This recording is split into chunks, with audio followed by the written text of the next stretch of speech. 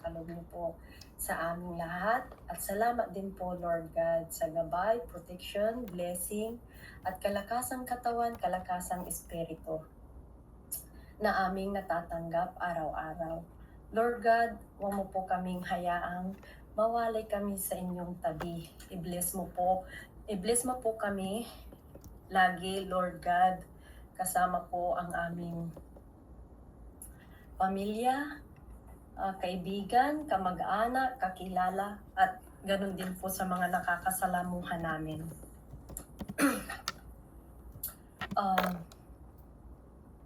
Lord God, hipuin niyo po ang puso't isipan namin, Ama.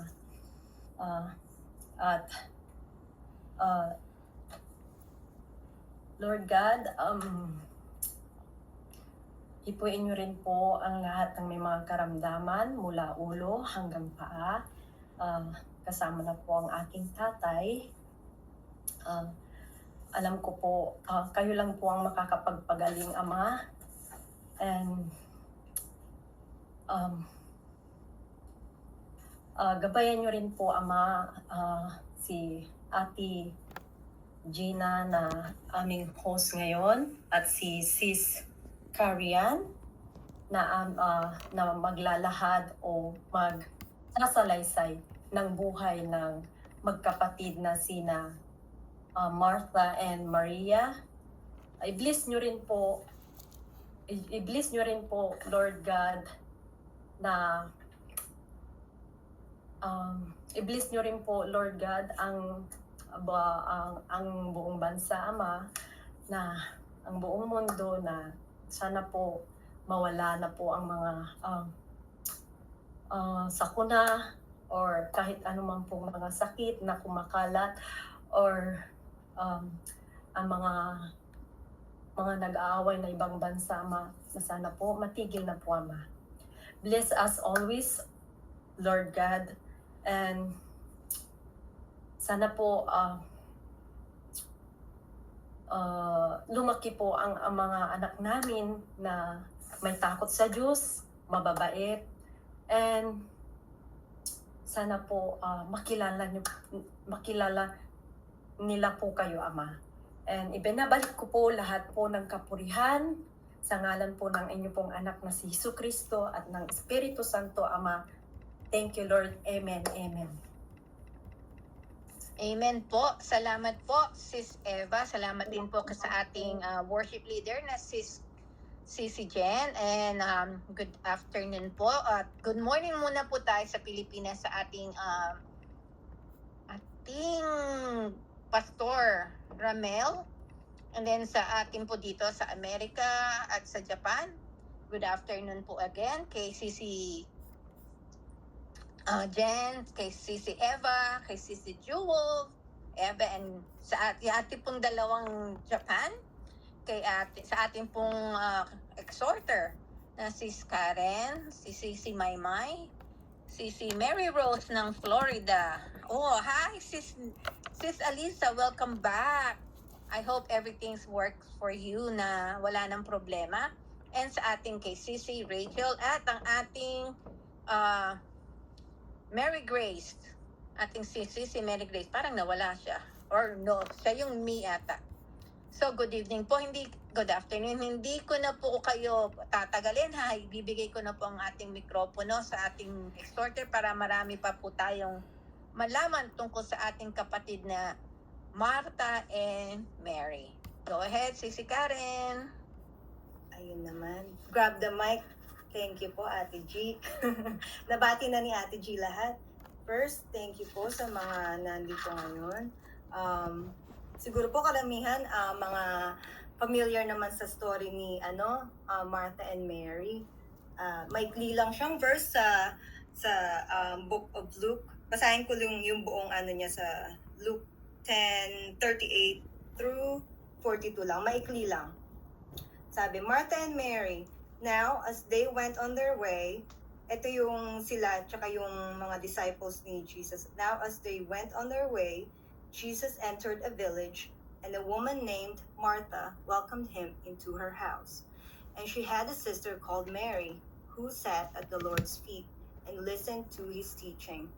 But Martha was so distracted with so much serving, and she went up to Jesus and said, Lord, do you not care that my sister has left me to do the serving alone? Tell her then to help me. But the Lord answered her, Martha, Martha, you are anxious and troubled about many things, but one thing is necessary. Martha has chosen the good portion, which will not be taken away from her. Yung last part nun, I think that was ESV. Tignan natin sa isa. Kasi isa ko, yung NIV ko, medyo, it's the same, pero medyo, saan ba yun? 38? Medyo iba. Ito. Sabi, Martha, Martha, the Lord answered, you are worried and upset about many things, but only one thing is needed. Mary has chosen what is better, and it will not be taken away from her. Maikli lang siyang verse, ano? Pero lagi itong naririnig natin itong istoryang to. Sa napakadaming istorya sa Luke and sa Gospels, ito ay napakaikli lang, pero lagi siyang sinasalaysay sa church, ano? Bakit kaya, no? Makikita natin dito, so let's start yung background muna. Sabi, di ba, village? Dito, hindi sinabi kung saang village. Pero sa John 11, makikita natin doon, sabi, now a man named Lazarus was sick. He was from Bethany, the village of Mary and Martha. From then, so alam na natin na yung pinuntahan ni Jesus and his disciples is Bethany. When I looked it up, yung Bethany is about 2 miles east of Jerusalem. So malapit lang siya, pero by foot, malayo siya, di ba? Malayo-layo din. Not impossible, pero makikita natin na you just can imagine na si Jesus pag mag-teach siya, no? Lagi niya siguro itong nadadaanan, itong bahay ng kanyang mga beloved friends, no? Kaya naman din sa John 12, di ba? Nag-host sila ng dinner for Jesus. Nandun silang lahat, disciples niya, at si Lazarus din andon. And we will see also na, kasi parang intimate sila, no? Yung parang family friend sila. Merong verse din sa, mostly sa John, Gospel of John, makikita natin, John 11:35, di ba? John 11:5. Now, Jesus loved Martha, Mary, and their brother Lazarus. Di ba?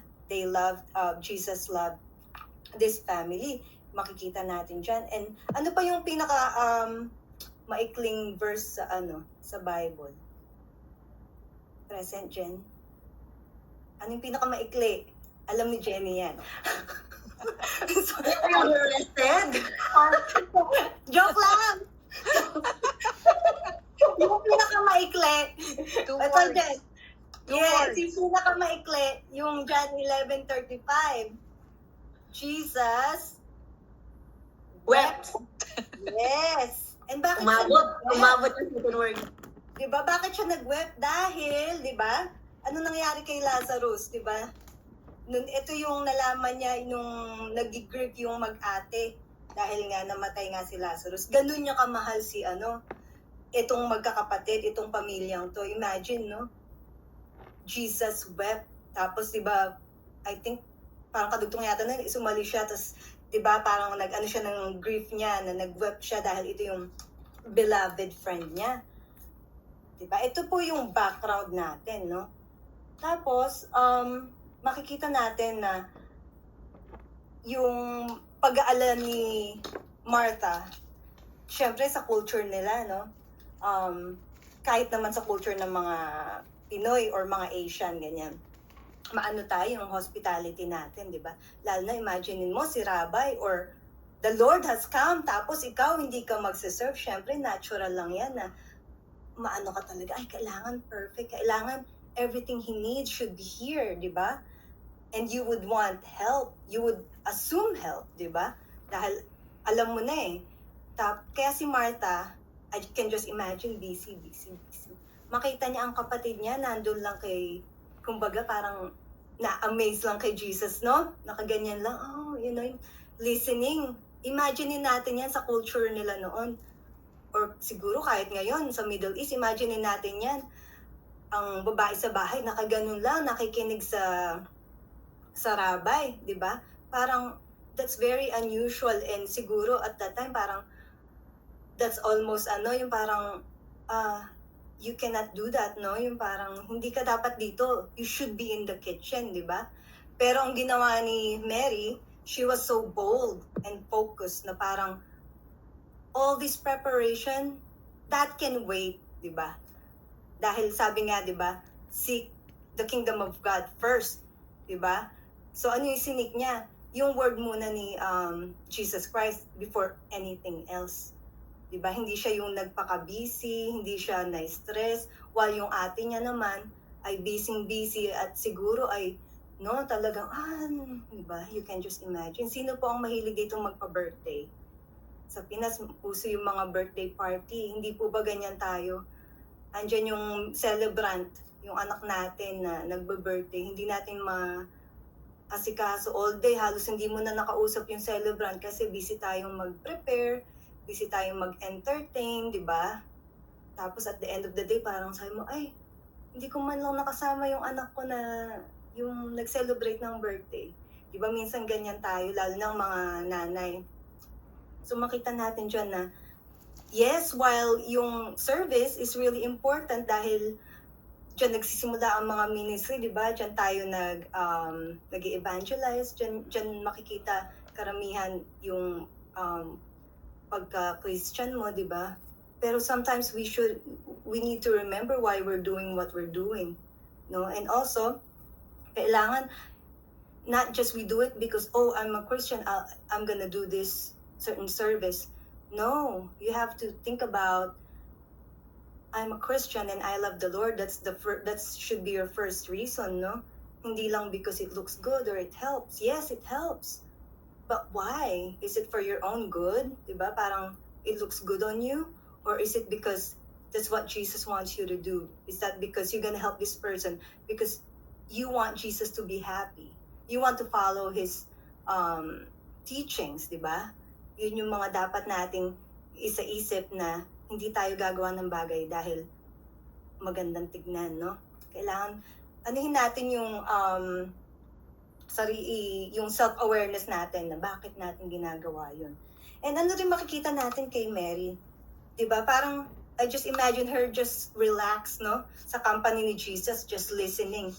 Hindi siya busy, relax lang siya, at peace, diba? Be still nga, diba sabi? Be still. Ano bang verse yun? Diba may verse na be still, tapos, ano ba yan? Basta yung be still, diba? Para, so you can listen to the word of God. Diba nga? Kaya nga lagi tayong, not fasting, but yung Sabbath, diba? Diyan tayo mag-focus kay, sa ating faith and prayers. Now I can find. Oh, yun, nawala na. Okay. So, yun, ang nakita ko din dyan kay Mary, no? Yung focus niya kay Jesus. She wasn't bothered with anything else other than focusing on what Jesus is saying. And, ano pang? Okay. O, yun. And then, di ba nga, kahit si Jesus, nung sinabi ni Martha na, Lord, pwede bang pakisabi sa kapatid ko na tulungan niya naman ako dahil, di ba, we're both women here, kailangan namin ng ano ang ginawa ni Jesus? He just affirmed yung choice ni Mary na she chose better, di ba? Di ba, sabi nga niya na lagi ako nawawala. Saan na si Mary?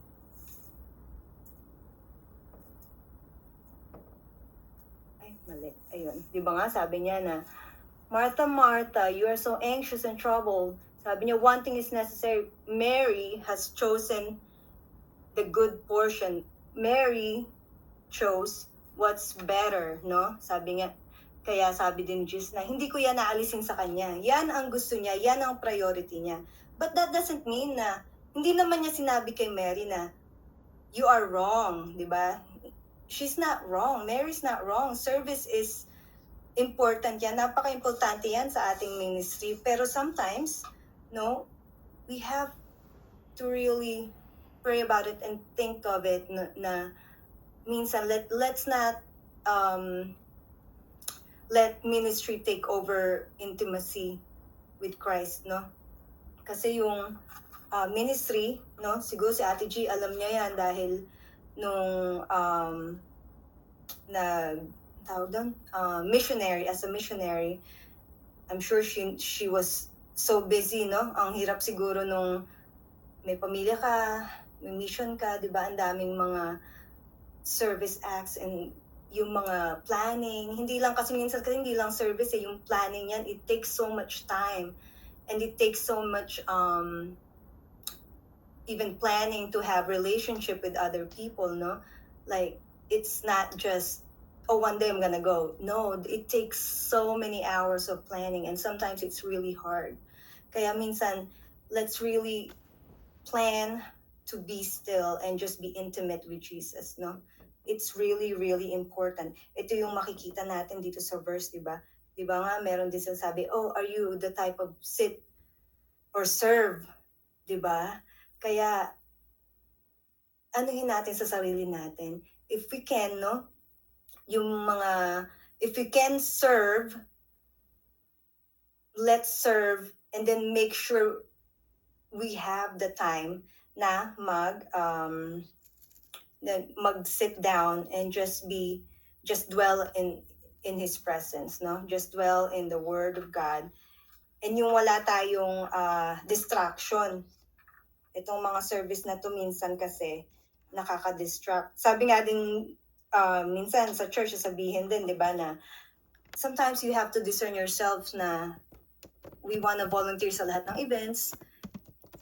Minsan, you know, like just re-examine things, no? Kailangan examine niyo yung sarili niyo na, Lord, you know I would love to do it, pero if you can only do one, that's fine, you know?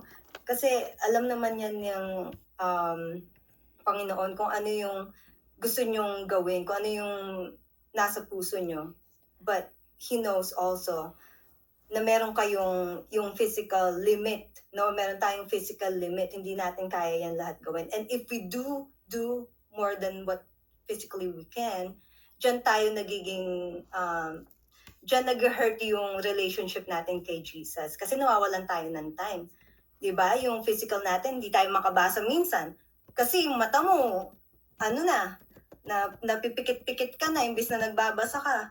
Or minsan, magbabasa ka nga, but when you're so tired, hindi mo maintindihan, like walang pumapasok sa isip mo, paano naman yun, di ba? Parang, wala, instead na nagpa-progress ka to know Jesus more, parang nagpa-progress ka lang sa pagsaserve mo, which is, anybody can do that, no? Di ba? Satanist people can do that. Di ba? Kahit sino kaya yan. Kaya let's remember, no, Martha and Mary. And ano pa bang ko dito? Maikli lang kasi itong verse na to, napakabilis lang talaga. Ito, 'di ba? But lagi natin tandaan, no, Mary, let's be like Mary sa kanyang pagpupursue to be with Jesus, to be in His presence, to be His disciple. No, and yung faithfulness niya. And let's keep Jesus our first love, no? Let's always put it in our heart na siya muna dapat una sa lahat-lahat. And then everything will just follow, no? Tandaan po natin 'yan. At ano po ba, kayo po, meron po ba kayong example or nakita kay Mary and Martha? And another one, ito din po yung, I think, sa John po ba to? Ate G, yung si Mary, siya yung nag-pour ng yung expensive perfume sa John yun, ano? Di ba nga, siya yung nag-ano sa John na ganun niya kamahal si Jesus. Imagine, no? Nung time na yun. Yung napakamahal na perfume, inano niya sa paa ni Jesus. Tapos, inano niya ng hair niya, di ba? She dried the feet by her hair, di ba? Imagine natin yan, parang, first, she trusted him with her money, di ba? Yung sa perfume yon, di ba? Money, trust niya kay Jesus, parang, oh, you're well worth it. Even the perfume's not enough, di ba? Inano niya sa paa, no? Tapos, yung buhok niya, no? Inano niya. Hindi ba po parang ang buhok napaka-importante niya sa mga Jew, lalo na sa mga babae, di ba po? Di ba parang ganon, yung parang bawal, something bawal.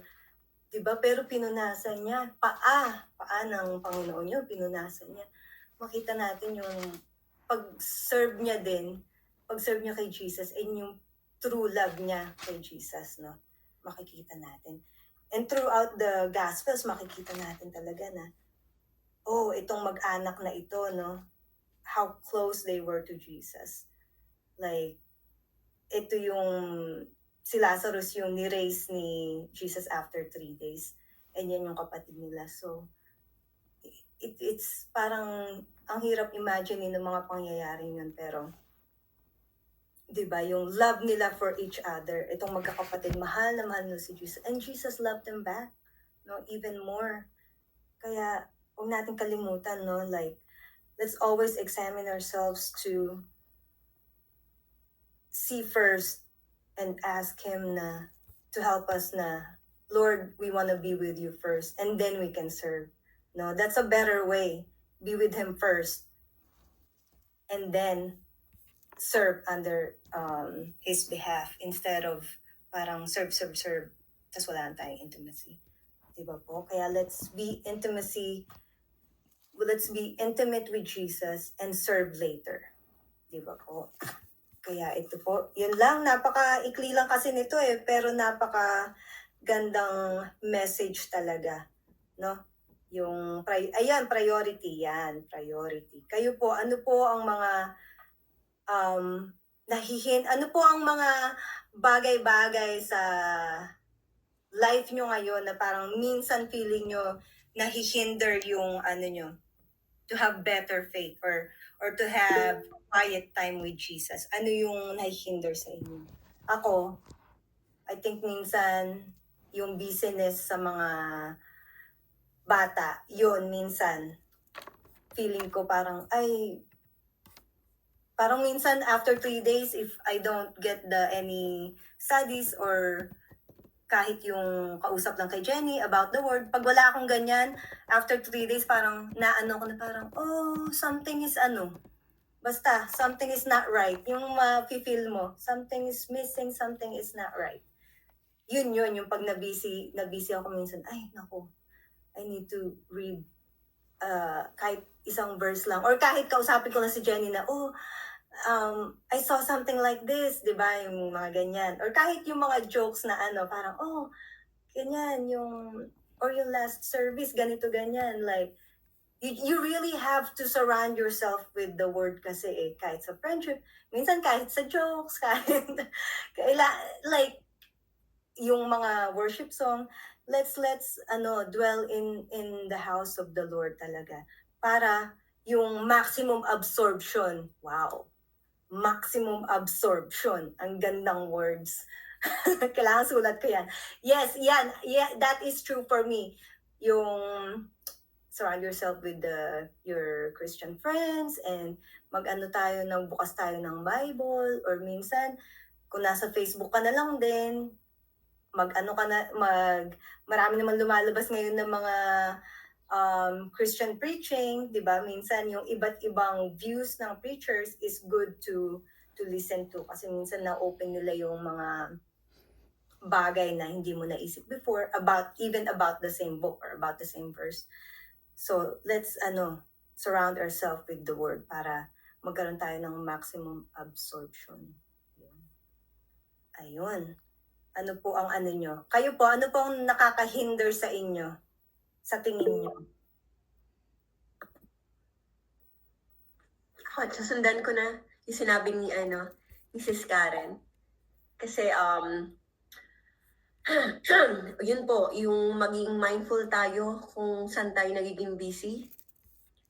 Kasi kung mas kinakain na noon yung ating oras, it means that, who's calling me? Na yung priority natin, iba na yung nagiging priority natin. Kasi kahit may anak tayo, sabi natin in the morning, especially kapag back to school na, di ba? So pagkagising, syempre parang, oh, I need to, like on my part, I need to cook, nang babaunin ng asawa ko, I need nung breakfast niya, tapos asikasuhin ko si Gray, tapos ganyan-ganyan. So, kumbaga parang nawawala ng oras. Kumbaga, hindi na, instead na nakakapag quiet time, or instead na, ayun nga, magko-connect muna first thing in the morning. So, syempre, di ba dapat, why not wake up earlier? Yung mga ganun ba? Pero sometimes our body is weak, our mind is so gustong-gusto, pero our body sometimes is weak, or either way. Kaya po, ayun, same with Sis Karen, siguro, kumbaga parang sigurong dahil mom na rin, sa pagiging mom, na ayun nga, so ayun po, kinakain po ako ng business at times, yung mga I need to change my priority. Kaya pala dyan na ilang days ka na na-miss sa Genesis. I'm catching up. May sa Bible recap kasi, kami tatlo kasi kami doon, nakikita namin yung isa't isang progress. Sis Jen! Joke. I'm one day behind. Thank you po. Thank you po sa ating exhorter na si Sisi Karen, at sa sinabi ni Sis Jen. So, dito po, kay Martha, makikita po talaga natin yung pagiging hospitality niya. Yung she open up, talagang pag nag-imbita siya, parang tayo na pag may imbitahan po tayo mga tao sa bahay natin, yung pag-aasikaso natin. Yun ang kanyang priority, is to serve. Serve yung kailangan maayos yung bahay, may pagkain, everything is in order. Ito naman po kay Mary, sa ating kapatid na Mary, siya naman po, ang na makikita ko sa kanya is, she decided to listen, and listen well. Talagang hindi po siya nagpatinag na, parang sa atin, iba pag yung may kapatid tayo na nagsumbong sa, oy, dad, tay, ganyan, lolo, lola, nay. Sa pagsabihan nyo ngayon kapatid ko, minsan, di ba, na feel offended tayo, sumasagot tayo, di ba? Pero si Mary, tahimik lang siya. Like Jesus says, pinili niya yung tama. Pinili niya yung mas nakakabuti para sa kanya. Listening. Binanggit din po ng ate exhorter na si Sisi Karen yung pag-anoint. Kung titingnan niyo po, parang 3 instances lang yung nangyari sa kanila, hindi po ba? The first is yung bumisita sa bahay. The second po is yung pagkamatay ni Lazarus na binuhay. And then the third po is yung final meal before Jesus goes back to Jerusalem, before the crucifixion. So dito po makikita natin na hindi inantala ni Mary kung magkano man yung halaga ng oil niya. Kasi mas naintindihan niya po yung sinasabi ng ating Panginoong Hesukristo nung nagbabahagi siya ng kanyang salita. Mas naintindihan niya po ito kaysa doon sa mga apostoles, kung titingnan niyo po. Kasi nung binuhos niya po yung oil, binanggit din po dito, di ba, ng ating nabanggit ko po yan sa iba kong exhortation, na nagalit or pinagsabihan pa ng mga apostoles, lalo-lalo na si Judas Iscariot, yung ginawa ni Mary. Pero kay Mary, she doesn't mind how much is it. Kung magkano man siya, kasi inalay niya yung sa ating Panginoong Hesukristo. It is wholeheartedly niya binigay. Buong puso niyang ibinigay sa ating Panginoon. Na parang tayo din po, buong puso nating hinahandog ang ating sarili sa full-time ministry. Katulad po ni Pastora Jolie, good morning po pala. at saka si Pastor Ramel. Ako masasabi ko kasi yes, when I was a missionary, once you offer yourself to the Lord, hindi mo alintana kung ano yung magagastos o ginastos mo. Kasi ang nasa isip mo is you wanna serve Him fully. Ito po ang nakita ko kay Mary. So, i-open ko na po ulit ang ating forum sa lahat kung sino po ang gustong pang magdagdag at saka dun po sa tanong ni Sisi Karen kung ano daw po ang inyong balakid. Yes po, ang ating co-admin, si Sisi Mary. Go. Hello po. Thank you so much first of all sa ating speaker for today na si Sister Karen. Sa akin naman po, ang maidadagdag ko lang about dito sa katangian or sa ginawa or sa ipinakitang devotion ni Sister Mary natin, ay siya ay talagang nakitaan ng isang talaga ng mga extravagant, no? Extravagant na talagang pakikinig na po yung buong puso niya, Kasi nga po hindi po ba, sabi po ng Panginoon na hindi lang daw po sa pagkain nabubuhay tayong mga Kristiyano, kundi sa salita ng ating Panginoon Diyos. So parang naihambing ko lang po itong scene sa ginawa ni Martha, which is she's been busy preparing food. Of course, that is a very important din, na nakitaan din naman po natin ng magandang admirable, itong si Martha, talagang nakitaan natin siya ng hospitable, and then she was eager to serve, at tama yung sinabi ni Sisi Karen kanina, na she was bold, talagang nakitaan siya dito ng bold, at saka yung naging honest siya sa pakikipag-communicate kay Jesus Christ, which is yung kanina na nagsumbong nga siya, talagang nagsumbong na talagang parang bata siya, or kuya niya si Jesus Christ, o parang papa niya si Jesus Christ, talagang binahagi niya yung nararamdaman niya, talagang sinabi niya kay Jesus Christ, And also, yung lessons kay Martha naman po is yung, syempre, katulad ng sinabi ko po kanina, na serving is important din po, But of course, spending time with Jesus Christ is even more valuable talaga. Kasi nga po, sa salita ng Diyos tayo nabubuhay, At imagine niyo po, kapag kayo po ay gumising sa umaga, and you just had 1 cup of coffee, right? At kapag nakinig kagad kayo sa online Bible study, hindi po ba nakaka-feel kayo ng full, yun na po? Parang hindi kayo nakakaramdam ng gutom, kasi bakit? Punong-puno yung natin, yung puso natin ng galak, ng joy, nakapakinig tayo ng salita ng Diyos, nagkaroon tayo ng bagong pag-asa, at saka, mas nadagdagan yung nakarinig tayo ng mga encouragement mula sa ating mga kapatiran, yung true worship, talaga namang nandoon. Kaya, napakahalaga po talaga ng na soak tayo sa salita ng Panginoon. Itong fellowship natin, kung meron kayong mga iba pang group or GC na fellowship, hangga't maaari, if you can naman, if you have time naman, you must attend talaga. Kasi kapag tayo'y napapalayo sa ganitong fellowship, talagang napapalayo rin tayo sa presensya ng ating Panginoon. Kasi we've been busy for some errands, I know, I understand. Lahat naman dito ay nanay, talaga naman po maraming ginagawa sa umaga. Pinaka-busy po yan. But, at lalong-lalo na this coming pasukan, talagang busy na naman po tayo, Kaya, yun din po yung reason natin, kaya po kinausap ko ang ating kapatid na si Sister Ana, na we can commit, Kasi nga po, bukod sa what you call this, magpapasukan ng mga bata, hindi makakaupo. And then yung time zone natin, pabalik na, So, naiintindihan naman yun ng ating kapatid. And beside that, marami pa naman po tayong mga fellowship na pwede namang atinan, Kaya, yes, may kapupulutan tayo dun sa magkapatid, Hindi natin masasabi na, ito masama itong isa, May kapupulutan tayo, both of them.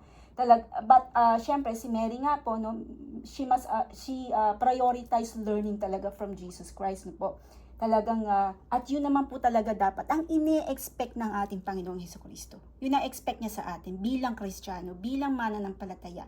Expect niya yung wholehearted na nakikinig tayo sa kanyang mga salita. So, yun lang po at maraming salamat again. Thank you po. Meron pa, Pastor Jolie, gusto niyo pong, ito, sige, Sis Alisa. Go ahead.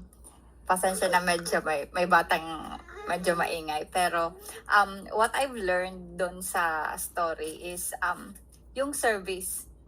How to be a servant. Matatandaan nyo na sinabi nga na nag-anoint siya ng oil. Yung oil, very expensive. And what we can learn from it is that yung service natin is a sacrifice. And hindi yun sacrifice, I mean, hindi yun service if what we do is convenient. Sometimes we have to do things even though it's inconvenient. Like, let's say, tutulong ka, pero what you give is like tira-tira.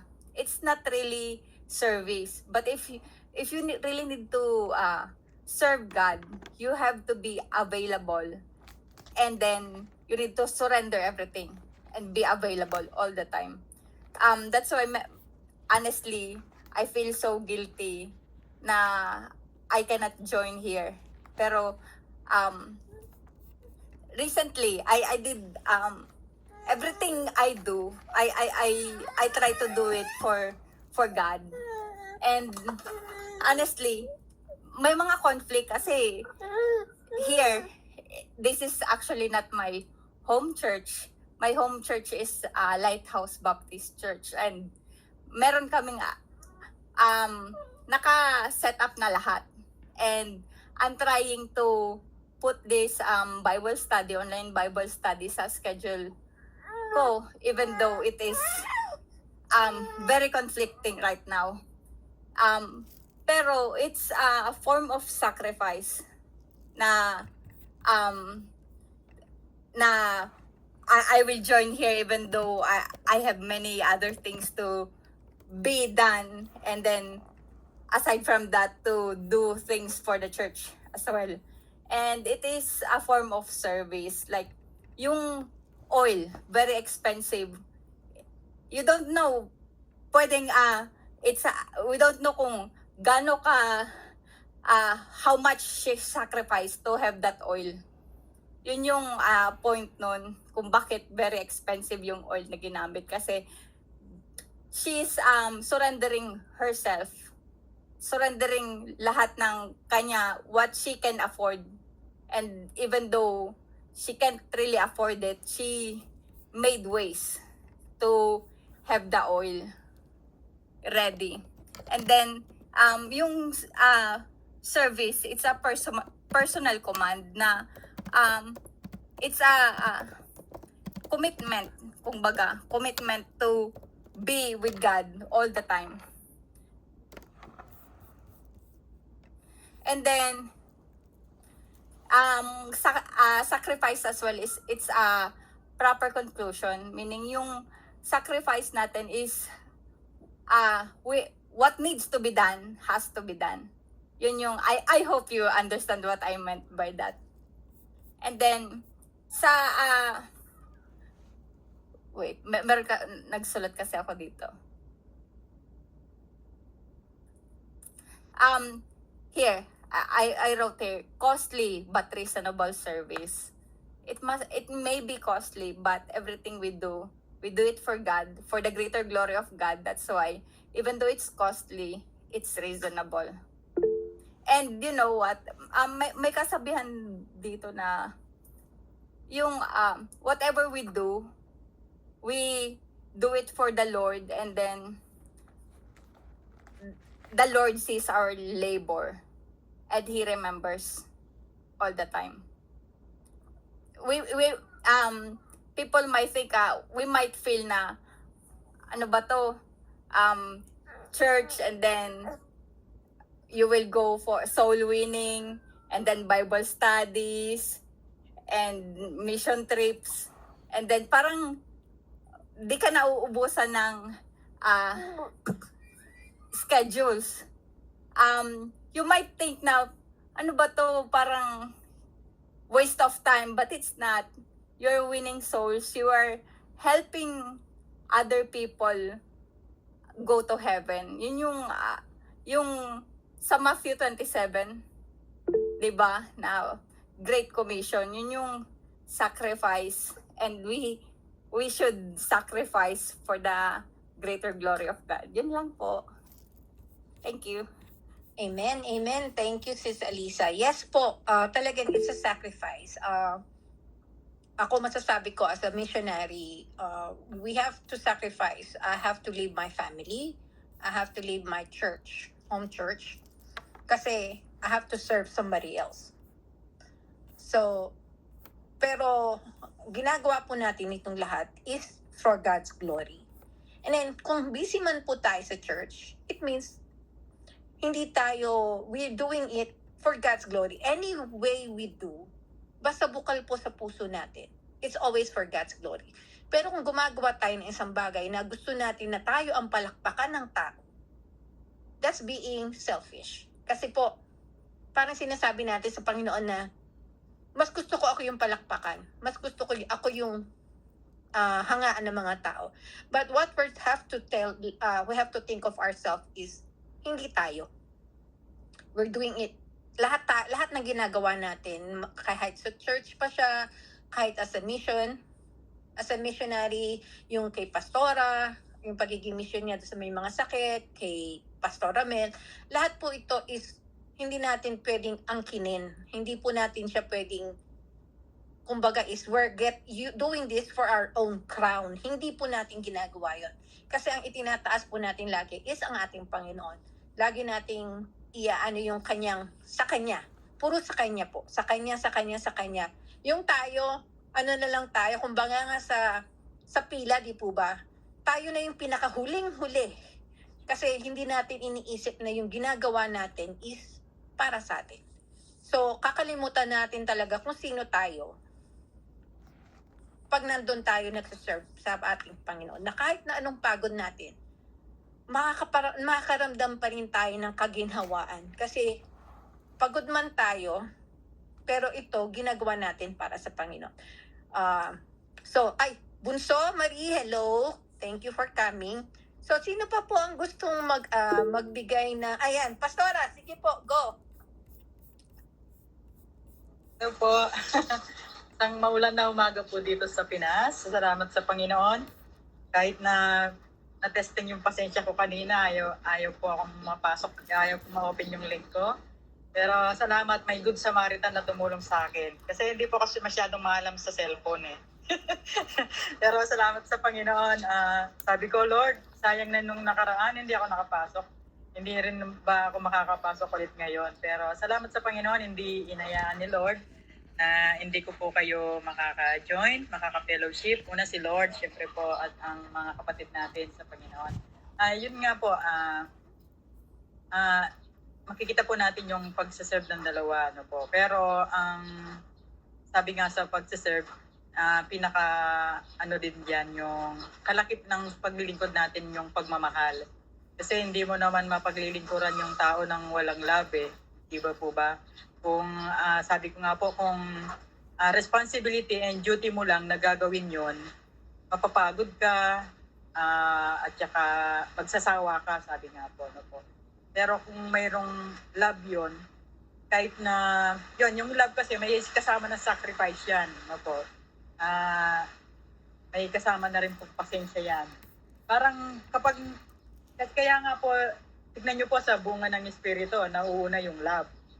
Ano po, yung pag-ibig, yung kagalakan, yung kapayapaan. Kaya napaka-importante talaga ng may pag-ibig kaya naglilingkod tayo kay Lord kasi una niya tayong minahal at minamahal natin din si Lord. Ano po. Tapos naglilingkod din tayo sa ating kapwa kasi mahal sila ni Lord at minamahal na rin natin yung mga pinaglilingkuran natin. Yung parang lagi mong ilalagay sa sarili mo na, Lord, instrumento mo ako para maritsat ko yung tao na to. Apo, yun yung lagi mong ilalagay. At yun nga po, kagaya ng nasabi po ni Sister Gina, ibibigay lahat natin yung parangal sa Panginoon kasi alam mo naman wala ka naman magagawa eh. Ano po, dahil lang sa Panginoon kaya mo lang nagagawa yun. At yun nga po, si Maria, sinamantala niya yung pagkakataon. Kasi syempre po, hindi naman araw-araw nandun si Jesus sa kanila, Kaya sinamantala niya yung pagkakataon na makinig, sa Panginoong Jesucristo. Nabagamat alam natin si Martha, okay din naman po yung ginawa niya. Pero kasi sayang, kapag abalang-abala ka, kahit na naririnig mo yung tinig ni Jesus kasi hindi ka nakapokus doon eh. Kasi abalang-abala ka. Kaya ngayon, kahit na abalang-abala rin ako sa pamimitas, pero nakapokus po ako sa pakikinig. May iba naman yung iba naman yung nakaupo ka nga, pero yung iniisip mo naman, ay, may gagawin pa ako, ganyan-ganyan, sana matapos na kami. Iba naman yung nakaupo ka nga, pero hindi ka rin naman nakapokus. Kaya mahirap, Kaya yun sabi ko, ako po every morning, glory to God, sa mga online na devotion, mga gaway, Lord, sabi ko, kahit na namimitas ako, pero yung pandinig ko, yung puso ko, nakapokus pa rin. Kaysa nakaupo nga ako, tapos iisipin ko, ay, magluluto pa ako, ay, parang balisang-balisa pa rin po ako, sabi ko gano'n. Kaya, nagpapasalamat po ako sa mga gaway na every morning, mas gusto ko rin po kasi yung morning, kahit na nagtatrabaho nga po ako, nakakapag-focus pa rin po ako, biyaya ng Panginoon. At saka, sobra-sobrang isipin niyo po habang namimitas ako, dahil siyempre, pinapakinggan natin yung salita ng Panginoon. Hindi ko namamalayan, natatapos na ako. Tapos hindi ko po namamalayan, doon nakikita ko po yung protection ng Panginoon, lalo na ngayon, pag tagulan, pahirapan po kasi sa bubong eh. Madulas po yung bubong. Pero salamat sa Panginoon kasi alam mo, habang ginagawa mo to, kasama mo si Holy Spirit. Ang banal na Espiritu ng Panginoon, ang presensya ng Panginoon.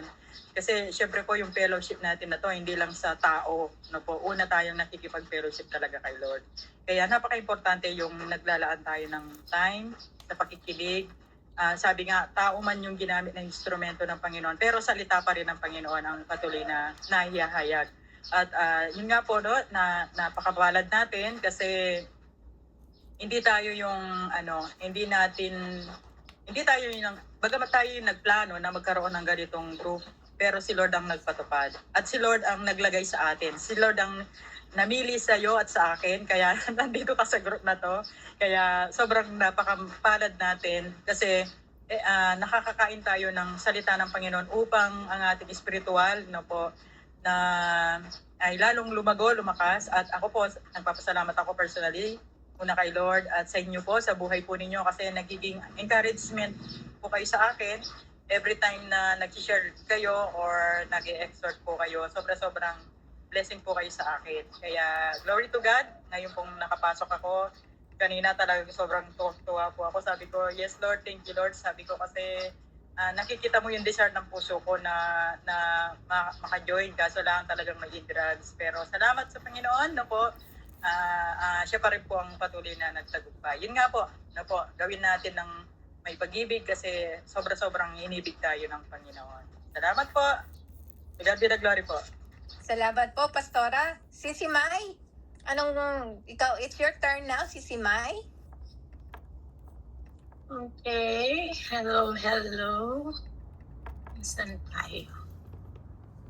Okay, makita na dito I learn yung difference ng personality ng dalawa, yun na nga, yung isa is about service and yung isa is devotion, and then kay Mary talagang napakatyaga niyang yung naupo siya sa may paanan ni Jesus and just listening sa niya, sa mga words niya and learning, di ba? So, sa buhay kasi natin, kung minsan talagang napaka-busy, talagang busy na ang buhay natin ngayon sa dinami-dami ng ating mga responsibilities sa bahay, sa mga bata, sa trabaho. Sobrang busy na tayo kung minsan, di ba? So, kung minsan, I guess pwedeng yung kung ano yung nagko-consume ng too much on our time, gaya kung minsan too much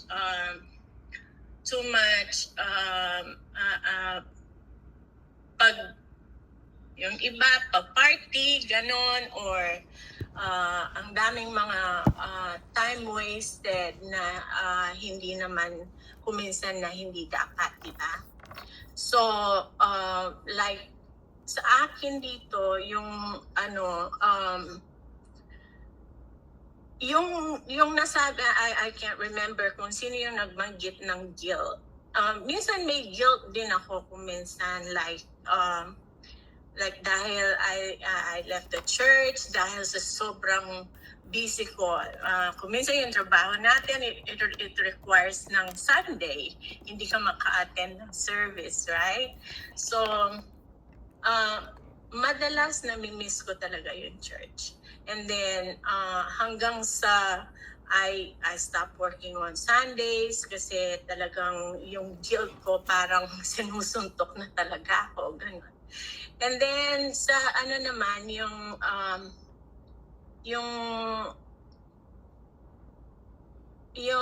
ko, I chose na lang na mag-online service, and then lucky na find out ko to, I joined para at least meron din akong mga natututunan, di ba?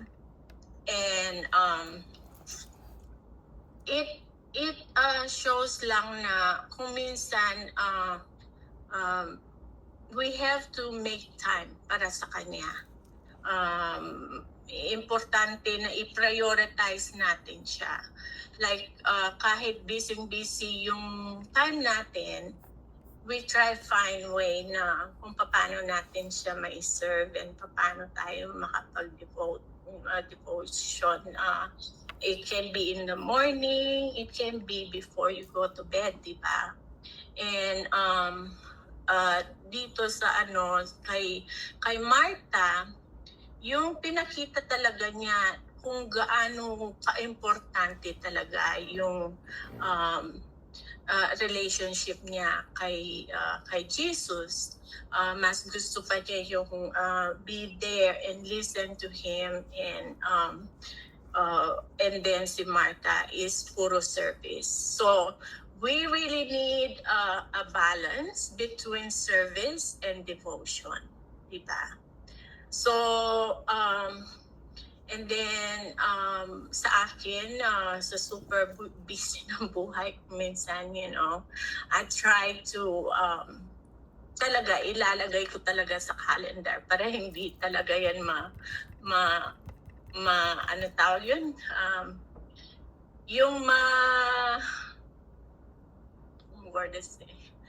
Kung wala sa calendar ko, yung parang yung time hindi mangyayari. So I have to put it on my calendar. Gaya nito. So I prioritize talaga yung Thursday para dito.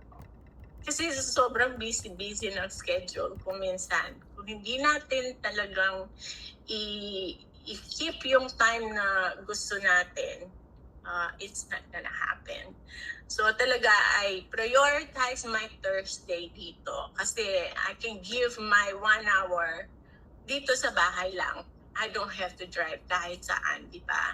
Yun ang gusto ko, very convenient siya. And also, yun, and I guess, siguro talagang napaka-importante talaga na natin yung faith natin, hindi tayo magpapashake kahit anong mga distractions dyan sa buhay, and we prioritize talaga between service and devotion. Siyempre, devotion muna, and service follows, di ba? So yun lang ang akin. Thank you. Thank you, Sisi Mai. Sisi Rachel, do you wanna say something? Hello po. Hello. Read po ba ako? Ayan. So, akin naman po, yung sa question ni Sister Karen. It was a reminder din sa akin yung about my personal devotion. So, parang ako kasi after work, parang, Lord God, I deserve to rest. I think God will understand it. And then usually, I'm more like distracted sa mga bagay na gusto kong gawin. Usually, yung mga desire na. And then, parang yung reason ko, invest na I will do yung quiet time ko, yung personal Bible reading ko, or yung devotion ko, parang gagawin ko yun. Kasi nga, usually, gano'n yung heart desire natin. Tapos isipin na lang natin, maintindihan naman yun ni God kasi pagod ako, or kasi nag-work naman ako ng Monday to Friday. Ganyan. But it is a reminder din sa akin to really prioritize si God, kahit yung personal devotion. Kasi kay Mary, we can see based sa binasa natin na yung talagang fully devoted siya kay God. Dun sa pag-anoint niya ng napaka-expensive na perfume, she didn't even bother how much that's. Tapos makita natin yung submission niya when ginamit niya yung hair niya. So makita natin yung heart talaga ni Mary na fully devoted kay God, na siya talaga yung number one priority niya through her actions. Kahit nung nagbumisita si Jesus sa bahay niya, as in nakinig siya at hindi siya bothered, hindi siya distracted sa ano ba yung dapat gawin ko, ano ba yung dapat kong ganyan. Nakinig lang siya. So yun yung reminder sa akin through this study natin.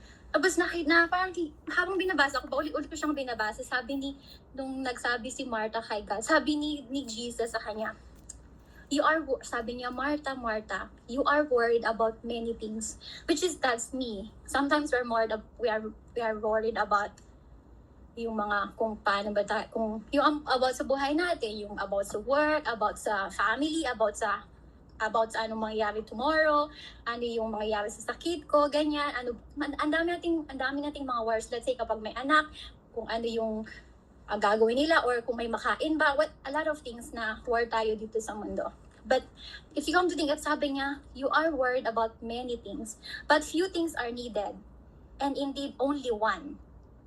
So only one is needed. So that's only Jesus. I think iniisip ko nga sabi ni Pastora kanina, she take advantage probably because Jesus is mamamatay na, di ba? So parang kung ikaw yun talagang uupuan mo sa kanya, upuan mo kasi si Jesus na hindi lang siya basta-bastang tao, hindi lang siya parang ministry. Si Jesus na yun, siya na yung master natin. Hindi siya yung basta-basta chit-chat or like getting together. Hindi, si Jesus yun. So makita natin yung heart din ni Mary dito na he take advantage of that moment. So yun, so parang yun yung nakita ko. So parang nagmuni-muni ako, as to our life, we should not take advantage din. Kasi when our life is over, it's already game over.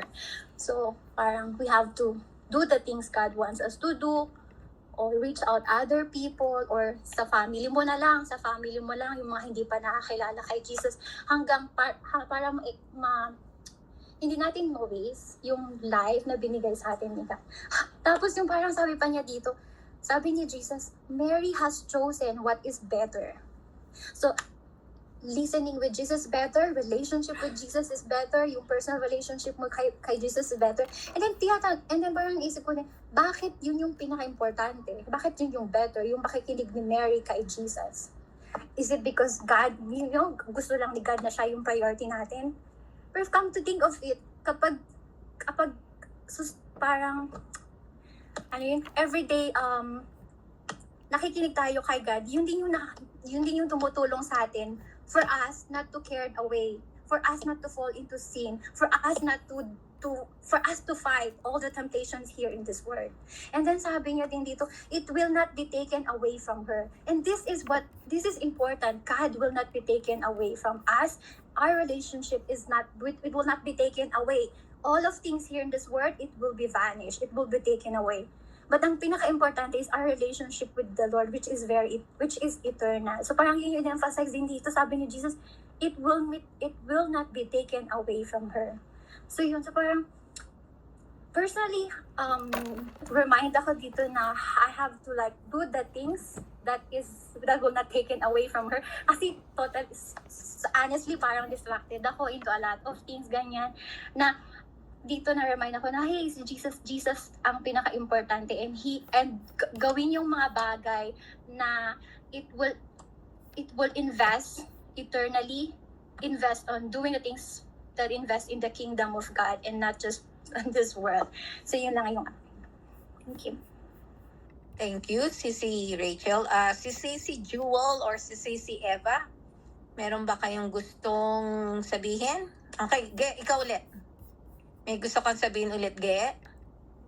Ay, nagpapalakpak lang po ako. Okay, Tama sorry po yung sinabi ni Sis Rachel, no? Kasi ang Word of God, no? Katulad ng sinabi ko sa kanina, no po, ang Word of God po talaga ay isang pagkain, ano po, hindi lang sa tinapay na bubuhay ang tao. Ang pagkain, sinusubo natin yan, and then nilalabas. Pero ang Word of God, yan ay tumitira sa ating mga puso, ano po. Kaya, napakaganda po ng mga reflection ng bawat isa. Si Pastor Ramel po ang ating concluder. Ay, concluder ba? Sige, mamaya na ako mag-raise hand. Sige po, baka meron pa po. Baba mo ulit kapatid. Si Sisi Jewel or kaya si Sisi Eva, meron ba kayong gustong idagdag? Hello po, good Yes po. afternoon. Sa akin po, ang naghihinder sa akin sa yung personal life ko, yung sa trabaho, tapos yung pagiging nanay. Sometimes naging guilty ako, katulad nito, na gusto mo maging fully attentive sa worship. Kaya lang, may kailangan kang gawin na mag-prepare ng dinner. Yun yung mga balakid. Pero sana maintindihan ninyo, tsaka ni Lord, alam naman ni Lord na sa puso ko talaga na talagang fully committed ako sa Kanya. Kaya lang, at this time, sa buhay ko ngayon na meron akong priority na mag-goal para kung mag-goal ko yun, mag-i-start ako sa job ko, and then magiging full-time housewife ako, then at the same time aside na job. Then magiging fully committed ako kay God. Yun lang yung nag-i-hinder sa akin. Yung trabaho, tsaka yung pagiging nanay. Thank you po. Thank you, Sisi Jewel. Si Sisi Eva? Or listening mode, katulad ni Sisi Mary Rose. Sa akin po ate, yung about sa pananampalataya na dahil sa yung about sa nakasulat sa Colossians 3:23 na anuman ang iyong ginagawa ay iyong gawin ng buong puso na gaya Amen. na sa Panginoon at hindi sa tao. Kaya dapat bago tayo bumangon, unahin muna natin ang Panginoon bago tayo magtrabaho, ano man po ang ating gagawin. Kasi siya po ang ating daan, siya po ang ating liwanag at gabay natin sa bawat kilos po natin. Yun lang po, te. Thank you po. Salamat po. About si Sisi Mary Rose, kaya na ba magbigay ng kahit konti lang?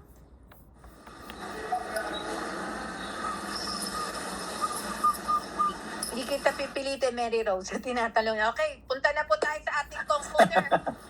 Amen. Thank you po, no. Lumiliwanag na. Amen. Salamat po sa mga salamat po sa kay Sister Kay Karen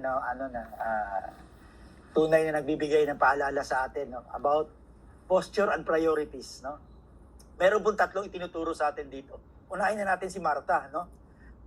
Si Martha po ay meron siyang heart of service, pero she was prone to distraction and anxiety, no. Kasi dito ipinakita sa atin dito na ipinakilala si Martha bilang hospitable, kagaya nga na sinabi ni kapatid. Gusto nating i-prepare, no? I-prepare yung bahay na malinis, i-serve yung pinakamasarap na pagkain, no? Binuksan niya ang kanyang bahay para kay Jesus at sa mga disciples ni Jesus. Ang kanyang desire, ang kanyang nais na makapagsilbi at makapag-provide sa mga pangangailangan ng napaka-importante niyang bisita ay talagang commendable. Napakaganda ng kanyang ginawa, no? Talagang ipinakita niya ang pagkakaroon kung paano ba magkaroon ng generous spirit of service. Ganon yung pinakita mo lahat However, merong pagkukulang, no? Sapagkat ang kanyang mga pagkikilos, ang kanyang action ay naghatid sa kanya sa landas na nagkaroon siya ng anxiety, nagkaroon siya ng agitation, no? Kagaya ng sinabi ni Sister Rach kanina. She was distracted with much serving, no? Kaya nga naging anxious siya over many things. So ibig sabihin, ang kanyang concern for perfection sa kanyang pagiging hospitable, inubos siya. Na bago yung intensyon niya, yung mabuti niyang intensyon na bago, nagiging nagiging source na ng inner turmoil, nagiging magulo na sa kanyang kalooban. At yung frustration niya, dahil nakita niya, nakaupo lang yung isa, hindi niya na nakikita ang kagandahan na ginawa ng kanyang kapatid na si Mary, no? Ang kanyang frustration, talagang pinainit siya. Hinatid siya na nag-complain talaga siya kay Jesus. Lord, do you not care that my sister has left me to serve alone? Ako lang mag-isa, no? So, inutusan niya pa, tell her then to help me. So dito po makita natin na ang struggle ni Martha ay talagang kayo mga babae nakaka-relate. Pati sa atin, pati sa mga lalaki nakaka-relate din, no? Kasi napaka-busy natin Saan? Sa ministry, sa trabaho, sa pamilya, sa social engagement, sa social media. Ang temptation po ay napaka-overwhelming, no? Sapagkat constant ang temptation. Kahit hindi tayo busy, nagbibisi-bisihan tayo no? The pressure to perform, to meet expectation, yung mga ganon, no? Hindi na natin na malayan, hinahatid na pala tayo, nagkakaroon na pala tayo ng anxiety. Na kahit tayo ang ating intention ay tama, ang ating intention ay mabuti, na kahit ang ating mga iniisip na ito ang gagawin ko, no? Good things ang iniisip natin. We can become consumed. Saan tayo nakukonsume? With doing for God, nakukonsume tayo, ano bang gagawin ko? Ano bang gagawin ko? Na nawala na sa paningin natin to simply being with God. Sabi nga ni kanina ni Sister Jenny, no? Imbis na naubos tayo Ano bang gagawin ko para sa Diyos? Ano bang gagawin ko para sa Diyos? Doon naubos ang oras natin at hindi na tayo, nawala na sa atin ang I want to be with God. Puro na lang, what can I do for God? What can I do for God? We lose the sight of simply being with God, no? So, next po si Mary. Ano po yung nakita natin kay Mary, no? The soul of devotion. Sabi nga ni Jesus she chooses the good portion. Kasi dito, mas pinili ni Mary ang ibang posisyon no? Nakaupo siya sa paanan ng Diyos. Para kay Martha, kaya nga na-consume kasi